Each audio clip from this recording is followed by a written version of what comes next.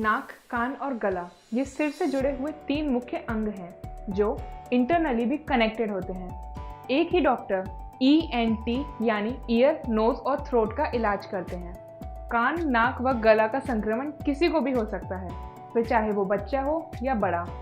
Year, knows और throat की बीमारियों को देखने वाले डॉक्टर को ENT स्पेशलिस्ट या ओटोलैरिंगोलॉजिस्ट कहते हैं। आइए देखते हैं ईयर, नोज और थ्रोट और इससे जुड़ी बीमारियों के बारे में ओटोलैरिंगोलॉजिस्ट सृजन गुप्ता की लोकनाथ से खास चर्चा। नमस्कार, मैं अभिषेक श्रीवास्तव और आप देख रहे हैं लोकनाथ। आज हमारे साथ मौजूद हैं doctor Srijan Gupta ji. Hello doctor. Hello, नमस्ते सभी को। मेरा नाम डॉक्टर सृजन गुप्ता है। मैंने यहाँ डबरा का ही रहने वाला हूँ। यहाँ मैंने जब अपनी 12th में था तब मेरे ऑल इंडिया PMT में परीक्षा में 117 रैंक आई थी। तो उसके बाद फिर मैं यहाँ से सफदरजंग से मैंने अपनी MBBS की परीक्षा MBBS की डिग्री हासिल करी। उसके बाद वहीं से ही फिर मैंने RML हॉस्पिटल से MS ENT कंप्लीट किया। अभी मुझे 2 साल हो चुके हैं एक्सपीरियंस को। और इसके कंप्लीट होने के बाद फिर मैंने जयपुर में एक इंडिया का सबसे बड़ा अस्पताल है JNE ENT हॉस्पिटल, वहाँ पे जाके उसकी और ट्रेनिंग करी। और अब जाके मेरे को कॉन्फिडेंट फील हुआ तो मैं चाहता था कि मैं ग्वालियर में आके अपने लोगों की सेवा दूँ। डॉक्टर, आपने लाइफ के किस स्टेज पे सोचा कि मुझे ENT डॉक्टर बनना है, या क्या इसके पीछे रीज़न रहा जो आपने ENT चूज़ करा? एक्चुअली मेरे फादर भी ENT सर्जन है डबरा में, डॉक्टर सुधांशु गुप्ता। तो हमेशा से ही मेरा इंटरेस्ट था कि मैं अपने फादर के साथ और अपने सेटअप अपने यहाँ और ज़्यादा सर्विसेज प्रोवाइड करूँ। हाँ, बिल्कुल। तो यही है। टॉकिंग अबाउट ENT या ENT के बारे में अगर आपको बताऊँ तो ENT में ईयर, नोज एंड थ्रोट की प्रॉब्लम पे हम डील करते हैं। इसमें ईयर, नोज एंड थ्रोट कहा जाता है। बेसिकली जो गर्दन होती है हमारी, ये जो वो सारी गर्दन की भी जो भी सूजन वगैरह रहती है वो सब भी हम इसी में ही डील करते हैं। इवन चेहरे पे भी कोई जो अंदरूनी सूजनें रहती हैं वो सब भी हम ENT में ही डील करते हैं।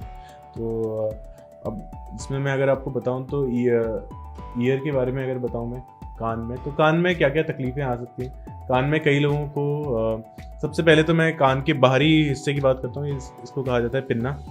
तो इसमें जो तकलीफ़ आती है, कई बार कई लड़कियां जो होती हैं जो यहाँ पे तो नीचे की तरफ तो कई लड़कियां छिदवाती हैं, बट जब लड़कियां जो ऊपर की तरफ जो छेद कराते हैं उसमें क्या होता है कि ये जो ऊपर वाले हिस्से में कार्टिलेज होता है काफ़ी ज़्यादा। तो उसमें क्या होता है कि जब वो छेद वहाँ पे कराते हैं तो उसमें कई बार क्या होता है कि पूरे में कान में इन्फेक्शन हो जाता है और पूरे कान में सूजन आ जाती है बाहर की तरफ में, और इसको एक पेरिकॉन्ड्राइटिस कहा जाता है। और कई बार होता है कि अगर इन्फेक्शन सूजन नहीं आती तो उसके अलावा भी यहाँ पे गांठ टाइप डेवलप हो जाती है, किलॉइड कहा जाता है उसको।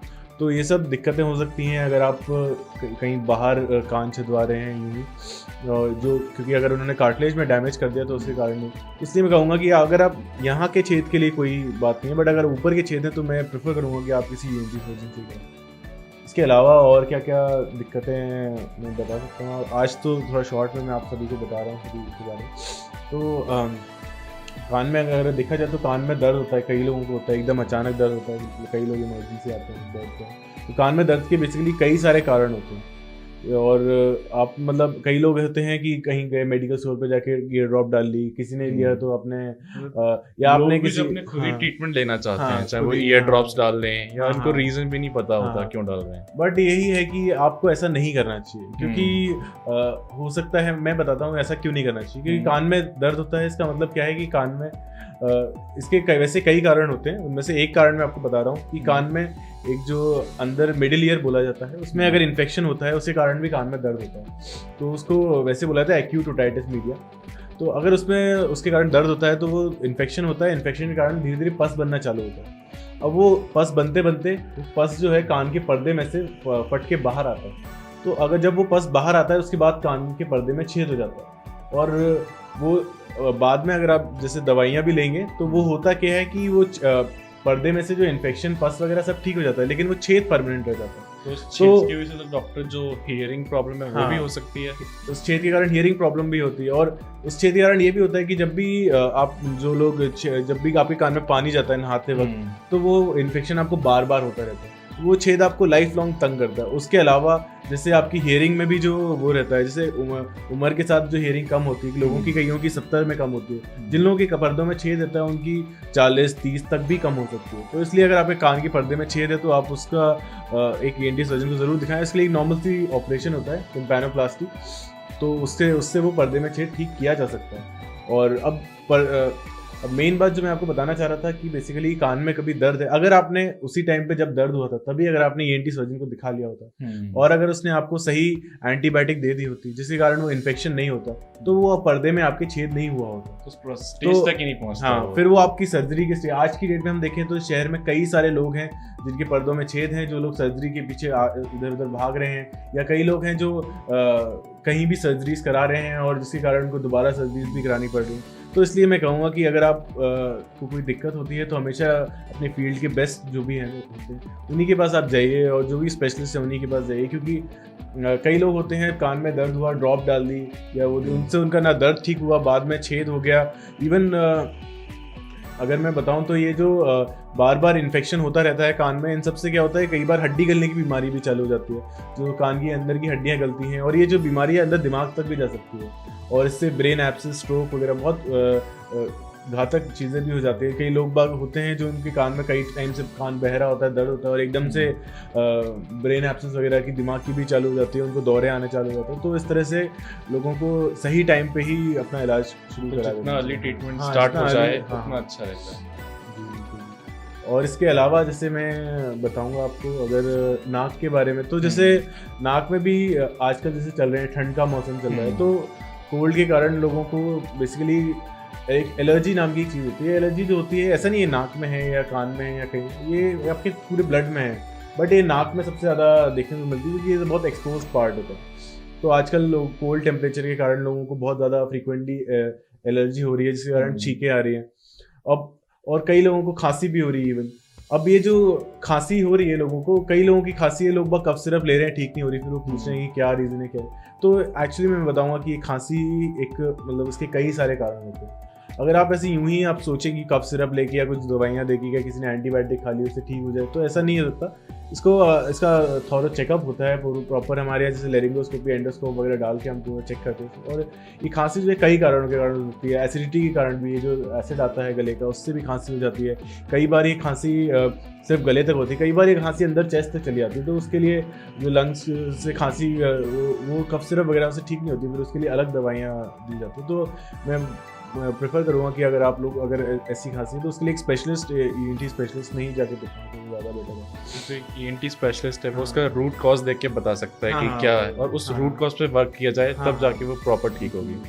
तो और सबसे इम्पोर्टेंट चीज़ है कि जो कॉम्प्लिकेशन है कि आदमी कई आपने देखे होंगे नौजवान लड़के जिनकी 40 साल 30 साल 35 साल में जिनकी सुनाई की शक्ति जा चुकी है, और आज वो चीज़ को फेस कर रहे हैं कि नॉर्मल काम करने में दिक्कतें आ रही है। अब अगर उन्होंने सही टाइम पे एक सही इंसान को दिखाया होता तो एक नॉर्मल बस एक OPD उस पर ही वो उनकी लाइफ टाइम की दिक्कत बच सकती थी। तो एक सही टाइम पे सही स्टेप लेना बहुत ज़रूरी है, रादर देन कि आप पहले कुछ ना करें और फिर बाद में फिर आप घूमते रहें कि हम काम नहीं कर पा रहे हैं, हमें एक वर्किंग मोड में लाने के लिए आप सर्जरीज करें, ये करें। तो इसलिए मैं खुद ही एडवाइस करूंगा कि आपको जैसे ही कोई प्रॉब्लम हो तो आप पहले सही टाइम पे सही डॉक्टर को दिखाएं। हाँ, सही टाइम पे सही डॉक्टर को दिखाएं, तो ये एज अ मस्ट है, क्योंकि फिर आगे जब आप प्रॉब्लम इतनी बढ़ चुकी है तो वो वापस ठीक भी नहीं हो पाएगी। हाँ, वो जब अगर सुनाई की शक्ति अगर लोगों की चली जाती है तो इसका आज की डेट में हियरिंग एड वगैरह जो लगते हैं वही एक इलाज है। और अगर उससे भी ठीक नहीं हो रही है, जब हियरिंग एड जो होते हैं वो बेसिकली आपकी क्या कहते हैं, अगर नस एकदम ही खत्म हो चुकी है तो उसमें हियरिंग एड भी काम नहीं करते, तो उनमें फिर आपको इम्प्लांट वगैरह लगते हैं। आजकल जो हम बहरे बच्चों में लगा रहे हैं वो अभी रिसेंटली बाहर के देशों वगैरह में चालू हुए हैं लगाना, वो 10 लाख रुपए का एक इम्प्लांट आता है।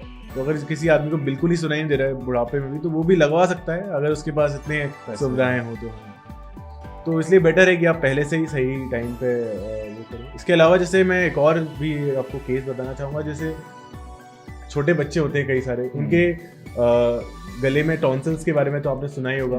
कई बच्चों बार में ये बहुत कॉमन हाँ, देखने को मिलता है। बार बार गले में दर्द होता रहता है, बार बार लोग बाग जाते हैं, किसी को भी दिखाते हैं इधर RM जो भी है, तो वहाँ पे जाके एंटीबायोटिक लेते हैं, ठीक हो जाता है। और बच्चा बार बार परेशान होता रहता है टॉन्सिल्स के बार बार वो उसको प्रॉब्लम होती है, बार बार वो स्कूल मिस करना पड़ता है उसको। एक हफ्ते कल को बच्चा होता है, जब वो एक एडल्ट एज में आ जाता है, तो आप मान के चलिए कल को एक बड़ा बिजनेसमैन बन जाए और उसको तब भी ये दिक्कतें रही कि हर 2 महीने में उसको गले में एकदम दर्द चालू हो जाए। गले में दर्द के कारण वो पूरे एक हफ्ते तक कुछ सोच नहीं पा रहा है, कुछ कर नहीं पा रहा है, रात में सो नहीं पा रहा है। तो इस तरह से क्वालिटी ऑफ लाइफ आपकी वो भी आपकी खराब होती है काफी। तो सिर्फ सर्जरीज या जो इलाज है सिर्फ जान बचाने के लिए नहीं होता है, ये क्वालिटी ऑफ लाइफ भी ठीक करने का। अगर उस बच्चे का सही टाइम पे ट्रीटमेंट होता तो आज शायद वो एक अपनी लाइफ में और ज़्यादा सक्सेसफुल बन चुका होता। तो इस तरह से वही बात है। तो इसके लिए भी टॉन्सिल्स जो होते हैं, इनके लिए भी सर्जरीज होती है, टॉन्सिलेक्टमीज होती है। तो ये बाहर हमारी जो है ये नाक का सेप्टम होता है बाहर की तरफ। तो कई बार ऐसा होता है कि ये ज़्यादातर लोगों में टेढ़ा ही होता है, बट किसी लोगों में जिनमें ज़्यादा टेढ़ा होता है उनको ये नाक बंद होने की बहुत ज़्यादा समस्या रहती है, और साथ में जो एलर्जी की दिक्कत रहती है वो भी उनको बहुत ज़्यादा बार होती रहती है। तो इसलिए अगर ऐसा कुछ होता है तो इसके लिए नॉर्मल सी सर्जरी होती है, सेप्टोप्लास्टी। बहुत ही क्विक सर्जरी है, मुश्किल से हाफ एन आवर की सर्जरी है, और सेम डे आपको डिस्चार्ज भी कर दिया जाएगा। कुछ दिन 1-2 दिन पट्टी रहती है और इससे आपका ये प्रॉब्लम ठीक हो सकती है। तो मैं चाहूँगा कि अगर ऐसा कुछ होता है तो आप तुरंत ही उसमें कराएं। इसके अलावा जो और भी मैं दूसरी आपको बताना चाहूँगा, ये नाक में अंदर की तरफ अगर देखेंगे तो साइनसेस भी होते हैं। जैसे ये जो आप यहाँ अपनी चीक की तरफ आपको ये बोन ही प्रोमिनेंट बोन फील हो रही है, तो यहाँ पे इसके अंदर एक साइनस है। यहाँ पे जो फोरहेड या माथे की तरफ यहाँ पे जो आपको बोन फील हो रही है, यहाँ पे भी अंदर साइनसेस है। तो लोग बात बोलते हैं मेरे को साइनस की शिकायत है, साइनसेस। इसमें साइनसेस में होता क्या है कि ये जो साइनसेस हैं ये सारे नाक के थ्रू ही इनका जो अंदर का मटेरियल है, जो म्यूकस रहता है, वो नाक के थ्रू ही निकलता है। तो होता क्या है कि कई बार इनकी ओपनिंग जो होती है नाक में, उसमें ब्लॉकेज के कारण फिर वो म्यूकस इकट्ठा रहता होता है। कई बार उसमें इन्फेक्शन हो जाता है तो पस बन जाता है, और फिर वो बहुत तेज़ पेन होता है। तो कई बार लोगों को यहाँ सर में दर्द हो रहा है, कभी यहाँ पे दर्द हो रहा है, आंखों में दर्द हो रहा है। तो ये जब कोल्ड होता है तब ये पेन काफ़ी ज़्यादा होता है। हाँ, और स्पेशली कोल्ड में ये पेन बहुत ज़्यादा एग्रेवेट हो जाता है। तो लोग बाग इन जाते हैं, कभी ऑप्थेल्मोलॉजिस्ट के पास, आंख वाले के पास चले जाएंगे, कभी ब्रेन वाले के पास चले जाएंगे कि मेरे को यहाँ दर्द हो रहा है। बट ये सब दर्द जो है आपका काफ़ी केसेस में साइनस के कारण भी होता है। रूट कॉज पता नहीं होता अगर ये पता। और अगर इसके साथ में आपको अगर नाक में शिकायतें लग रही हैं, नाक में से वो आ रहा है, चीखें आ रही है, नाक में दिक्कत है, तो आप मान के चलिए कि कंफर्म ये साइनस के कारण ही है। तो इन चीज़ों में अगर आप हैं तो आप एक ENT सर्जन को दिखाइए। और कई लोग होते हैं जिनका ये ईजिली दवाइयों से बहुत ठीक हो जाता है, बट किसी में इसके ऑपरेशन वगैरह भी किए जाते हैं। वो अगर ज़्यादा ब्लॉकेज है, अगर नहीं ठीक हो रहा है वो किसी भी चीज़ से, आपका मतलब 2-3 महीने से ऊपर का ब्लॉकेज है, तो वो डेफिनेटली फिर उसके लिए फिर सर्जरी। बट मोस्टली केसेस में मेडिसिन से ठीक हो जाता है। बिल्कुल। और इवन ये जो मैं गर्दन के बारे में भी आपको कुछ बताना चाहूँगा। जैसे लोग बात सोचते हैं कि ENT मतलब सिर्फ थ्रोट तक ही आता है, बट ये जो बाहर की गर्दन की भी कई सारी नेक एरिया है, ये भी पूरा अगर इसमें भी अगर आपको कोई गांठ है, कोई सूजन है, अब ये जो सूजन है ये कई तरह की हो सकती है। ये या तो ये इन्फेक्शन की एब्सेस हो सकती है, या फिर ये आपकी क्या कहते हैं, ये कोई गांठ हो सकती है। जो इन्फेक्शन वाली एब्सेस होती है वो कुछ टाइम की होती है, 7-8-10 दिन की होती है। उसमें इन्फेक्शन हुआ होता है, पस होता है, एंटीबायोटिक वगैरह आप लेते हैं, सही एंटीबायोटिक वगैरह आप लेते हैं, और साथ में वो पस अगर सही तरह से निकाला जाए। जैसे कई लोग होते हैं कि कहीं भी जाके चीरा लगवाते हैं, ऐसा नहीं, आप अगर सही तरह से निकालेंगे तो वो और सही एंटीबायोटिक वो ठीक हो जाता है। बट ऐसा ना हो कि आपने कहीं और मतलब कहीं ऐसी जगह निकाला है जिनको नॉलेज नहीं है, और वो पस अंदर जाके अंदर फैल गया, तो वो फिर कहीं इन्फेक्शन करे, वो जानलेवा ही है। तो दूसरी बात ये तो ये या तो इसमें एब्सेस हो सकती है, या फिर इसमें गांठ होती है। तो ये गांठ जो होती है, कई लोगों के बड़े टाइम से यहाँ पे थोड़ा हार्ड सा फील हो रहा होता है, यहाँ पे गांठ फील हो रही थी, यहाँ गांठ फील हो रही थी। तो ये जो गांठें हैं ये इनके कई कारण होते हैं। ये TB के कारण भी हो सकती हैं ऐसी गांठें, और इनमें कोई दर्द नहीं होता है, कोई वो नहीं होता है। आदमी सोचता है कि मुझे दर्द नहीं हो रहा तो मैं क्यों इसको दिखाऊं, बट इनको दिखाना ज़रूरी होता है। इनका अगर आपको किसी भी तरह की गांठ है उसे चेकअप कराना बहुत ज़रूरी है, क्योंकि अगर वो TB के कारण है तो कुछ टाइम में 3-4 महीने वो इतनी ज़्यादा बढ़ जाएगी, फिर उससे आप TB की दवाइयाँ सालों तक खाते रहेंगे तो भी वो ठीक नहीं होगा। मेरे साथ देखे ऐसे कई मरीज जिनकी TB की दवाइयाँ खाने के बाद भी वो गांठें पूरी तरह नहीं जा पाती। दूसरा, अगर आपको कई मरीज होते हैं जिनके अंदर ये कैंसर की गांठें डेवलप हो जाती हैं। अगर ये कैंसर की गांठें डेवलप हो जाती हैं तो ये पता नहीं चलेगा कि आपको और कहाँ फैल चुकी है। कई बार ऐसे मरीज होते हैं कि जिसके सिर्फ गर्दन में सिर्फ गांठ होती है और पूरे गले में ना खाने पीने में कहीं कुछ ना होता है, ना कोई दिक्कत होती है, बट सिर्फ ये गांठ के कारण उसका कैंसर इतना फैल जाता है। और जब तक इस गांठ की जांचें वगैरह होती है तब तक वो कैंसर पूरी बॉडी में फैलते जाता है। तो इस तरह से अगर कोई भी ऐसी आपको शिकायतें हैं तो आप डेफिनेटली ENT सर्जन को दिखाएं। इसके अलावा जो मैं और आपको बताना चाहूँगा, ये आँख से भी पानी आता है लोगों को कई सारे। तो जो आँख से पानी आता है इसका मेन जो कॉज रहता है बेसिकली ये जो हमारी डक्ट होती है इसका ब्लॉकेज के कारण ये जो डक्ट होती है, ये जो आंसू की डक्ट होती है, यहाँ पे इसकी ग्रंथि होती है और ये जो डक्ट होती है नाक के अंदर जाके खुलती है। तो अगर ये कई बार ऐसा होता है कि नाक के अंदर ब्लॉकेज होता है और उसके कारण ये जो आँख से पानी आता रहता है, तो उसमें भी यही होता है कि जो अगर नाक के अंदर वाला ब्लॉकेज खोल दिया जाए तो वो पानी नहीं आएगा। तो उसका भी इलाज जो है तो हमारे ENT से ही होता है। इसके अलावा एक और जो मैं आपको बताऊंगा, एक एडिनॉइड नाम की भी एक चीज़ होती है, नाक के पीछे होता है, टॉन्सिल की तरह ही मांस होता है, लिम्फ नोड का ही मांस होता है। अब इसमें होता क्या है कि नाक के पीछे होता है, तो ये इसके कारण नाक बंद रहती है बच्चे की। अब जब बच्चे की नाक अगर बंद रहती है तो वो मुंह से सांस लेता है, पूरे टाइम वो मुंह से सांस लेता है, तो रात में सोते टाइम भी उसका मुंह खुला ही रहता है। और वो मुंह खुला रहने के कारण वो उसका मुंह खुला रहता है और उसके कारण स्ट्रक्चर फेस भी फिर होता होगा। उसका क्या कहते हैं, उसके दांत बाहर आ जाते हैं, उसकी नाक एकदम खुली खुली हो जाती है और इवन उसका जो अंदर का पैलेट है वो भी ऊंचा हो जाता है। इसके कारण बेसिकली एक फेशियल डिस्फिगरमेंट हो रहा है उस बच्चे का। और दूसरी बात इसके अलावा और क्या रहता है कि ये जो पीछे का मांस रहता है, ये इसके कारण लाइफ लॉन्ग एलर्जी डेवलप कर लेता है बच्चा। और ये जो एलर्जी होती है, इतनी भयानक एलर्जी, ये धीरे धीरे करके अस्थमा में भी डेवलप कर सकती है। तो इसलिए मैं यही कहूँगा कि अगर इस टाइप की बीमारियां आगे बढ़ने से पहले ही आप इनको पकड़ ली जाए, और इसमें कुछ नहीं है, बहुत आसानी से आप किसी भी ENT सर्जन के पास जाएंगे, वो एक एक्सरे या एंडोस्कोपी से इसमें पता लगा सकता है कि हाँ अगर एडनॉइड है तो बेटर कि आप उसको निकालें, क्योंकि ये पता नहीं चलता है, लेकिन जब बड़े होते हैं तब उन चीज़ों का आपको और जितनी छोटी एज होती है उस टाइम पे निकालना या ऑपरेट करना उतना इजी होता होगा। हाँ, जितना छोटा रहता है उतना इजी रहता है। और जैसे अभी सर्दियों का मौसम भी चल रहा है, तो कफ एंड कोल्ड तो है ही, साथ में थ्रोट इश्यूज भी लोगों को काफ़ी होते हैं, गला खराब हो जाना, ये होना। तो इसमें क्या कुछ प्रिकॉशंस लेने चाहिए जिससे ना ये इन्फेक्शन ना हो, या इन इन्फेक्शन के कॉजेज क्या क्या होते हैं? देखिए, इन्फेक्शन के कॉजेज कई सारे होते हैं। बैक्टीरिया के कारण इन्फेक्शन होता है, वायरस के कारण इन्फेक्शन होता है, फंगस के कारण इन्फेक्शन होता है। तो इन्फेक्शन को कोई भी ऐसे इतना खुद से नहीं इम्प्रूव कर सकता, बस अपने आसपास सराउंडिंग साफ रखें, रखा हुआ खाना रूम पे नहीं खाएं भी नहीं और रूम पे रखें भी नहीं। ये बैक्टीरिया, ये सब जो वायरस वगैरह होते हैं, ये सब इन्हीं में ही डेवलप होते हैं, गंदगी में, और ये जो पुराने खाने वगैरह इन सब में। तो इन सब चीज़ों को अवॉइड करें। और बाकी फिर भी अगर है तो इन चीज़ों को कोई भी अवॉइड नहीं कर सकता। बस यही है कि अगर आपको ऐसा होता है तो आप एक सही डॉक्टर को सही टाइम पे दिखाइए, क्योंकि अगर मान लो आपको इन्फेक्शन फंगस का हुआ है, जैसे कान में भी होता है, हमारे कान में फंगस लग जाती है। अब कई लोग हैं जो कहीं भी दिखाते हैं, फिर वो कुछ भी ड्रॉप डालते रहते हैं, वो बैक्टीरिया वाली ड्रॉप मिल जाती है उनको फार्मेसी, और उसके बाद वो फंगस का इन्फेक्शन ठीक ही नहीं होता है। तो इसलिए बेटर है कि आप सही उनको बताएंगे, वही आपको बता पाएंगे कि मतलब कौन सा इन्फेक्शन है, उसका अलावा क्या ट्रीटमेंट है। और इसके अलावा मैं एक और जो आप लोगों से भी बताना चाहूँगा, जैसे जो लोग बीड़ी, तम्बाकू, पान मसाला, गुटखा, ये सब ज़्यादा सेवन करते हैं, देखिए मैं कहना चाहूँगा कि इन सब से बहुत कॉमनली जो है हमारे ओरल कैंसर डेवलप होता है, मतलब मुंह का कैंसर डेवलप होता है, और मुंह का इवन गले का भी कैंसर होता है, और अंदर ये बोलने की तार होती हैं, वहाँ पे भी इससे काफ़ी जल्दी कैंसर होता है, खासकर ये बीड़ी या सिगरेट स्मोकिंग। तो इसके लिए मैं कहना चाहूँगा कि अगर आपको इस टाइप की आपकी हिस्ट्री है, और खासकर जो शराब भी पीते हैं, तो इनसे इसके रिस्क और डबल हो जाते हैं। अगर आपको, जैसे कई लोगों को होता है छाला आता है, तो लोग बाग इग्नोर करते हैं कि कोई नहीं, छाला है, कोई नहीं, कोई बात नहीं, हाँ दर्द होता है तो कुछ टाइम बाद ठीक हो जाता है। कई ऐसे छाले होते हैं, लेकिन कुछ छाले अलग होते हैं जो अल्टीमेटली दर्द भी नहीं करते हैं और धीरे धीरे करके गांठ में बदल जाते हैं। तो अगर आपको थोड़ा भी ऐसा कुछ छाला लग रहा है, ऐसा मत समझिए कैंसर मतलब एकदम पूरा चेहरे पे ही पूरा वो आ जाएगा। हमारा टारगेट ये है कि हम कैंसर जो भी है इन सबको अर्ली स्टेज पे डिटेक्ट करें और उसका अर्ली ट्रीटमेंट। हमें हर चीज़ में यही टारगेट है कि किसी भी चीज़ों से ज़रूरी नहीं है इन सबसे आपकी जान जाएगी या नहीं जाएगी, बात वो नहीं है। बात ये है कि आपकी लाइफस्टाइल और क्वालिटी ऑफ लाइफ और आप जो अपने करियर में जो अचीव कर सकते हैं वो सब चीज़ें मैं ख़राब नहीं होने देना चाहता। तो इसलिए अगर मैं चाहता हूँ कि अगर आपको थोड़ा भी गांठ वगैरह डेवलप होती है तो आप ज़रूर एक ENT सर्जन को दिखाएं और उसका एक कायदे से आप बायोप्सी कराएं। अगर बायोप्सी में अगर वो रिपोर्ट आती है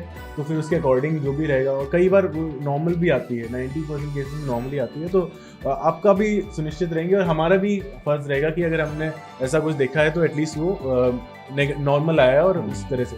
और ये कई बार बोलने की तारों में भी हो जाती है, जो मैंने बताया आपको, बीड़ी स्मोकिंग। तो अगर आपकी आवाज़ बदल रही है या ऐसा कुछ हो रहा है या तो इनिशियल सिम्टम्स जिनसे पता लगाया जा सकता है। इनिशियल सिम्टम, सबसे पहला जो सिम्टम आता है इसका बोलने की तारों वाला, उसमें आवाज़ बदलती है आपकी। तो अगर आपकी आवाज़ ऐसी बदल रही है तो फिर आप सबसे पहले दिखाइए, क्योंकि आवाज़ वैसे तो और भी कई सारे कारणों के कारण बदल जाती है, बट ये कैंसर की गांठ के कारण भी बढ़ती है। अगर आपकी हिस्ट्री है या 5-10 साल स्मोकिंग वगैरह की, तो आप डेफिनेटली एक बार एक ENT स्पेशलिस्ट को एक रूटीन चेकअप के लिए, एक basically routine checkup is not required for all people, but जो स्पेशली जो स्मोकर्स और हैं क्रोनिक, उन लोगों के लिए मैं एक प्रेफर करूँगा कि अगर आपको कुछ इशू आता है या कुछ डिफरेंट फील होता है अपनी बॉडी में, तो ज़रूर एक रूटीन चेकअप जरूर करें।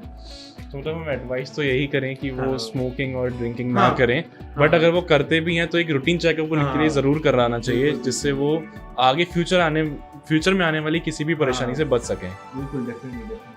और इवन जैसे ENT का मैं आप स्कोप बता रहा था, तो जैसे हमारी ग्रंथियाँ भी होती हैं, वो भी इसमें इंक्लूड करी जाती हैं। जैसे एक थायराइड की जो है, तो थायराइड की ग्रंथि यहाँ कुछ होती है और यहीं पे इसकी सूजन आ जाती है।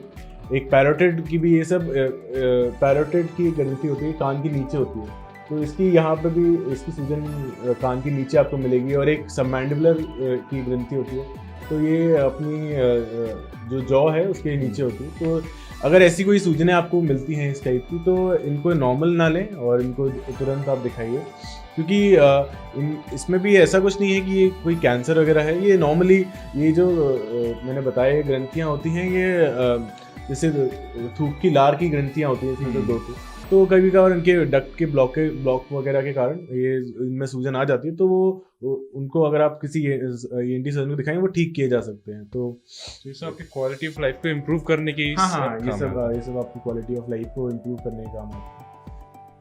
सो डॉक्टर, आपने इतनी वैल्यूएबल इन्फॉर्मेशन हमारे साथ शेयर करी, उसके लिए आपका बहुत धन्यवाद। एंड हम ये प्रे करते हैं कि ये सब इन्फॉर्मेशन आपके लिए भी हेल्पफुल हो, और अगर आपको कभी भी किसी भी टाइप की प्रॉब्लम आए ENT से रिलेटेड, तो आप सबसे पहले एक ENT स्पेशलिस्ट को ही जाके दिखाएं। धन्यवाद। तो ये थे हमारे साथ डॉक्टर सृजन गुप्ता, जिन्होंने ईयर, नोज और थ्रोट के बारे में इतनी महत्वपूर्ण जानकारी दी। यदि आप डॉक्टर सृजन गुप्ता को दिखाना चाहते हैं तो आप स्वास्तिक हेल्थ केयर, शंकर चौक, ललितपुर कॉलोनी में आ सकते हैं, और आप अपोलो हॉस्पिटल में भी डॉक्टर को दिखा सकते हैं। आप हमसे हमारे व्हाट्सएप नंबर 8109529416 पर भी मैसेज कर जुड़ सकते हैं। ऐसे ही वीडियोस को देखने के लिए आप हमारे YouTube चैनल को सब्सक्राइब करें, साथ ही हमारे अन्य सोशल मीडिया हैंडल्स जैसे कि Instagram और Facebook को भी आप फॉलो कर सकते हैं।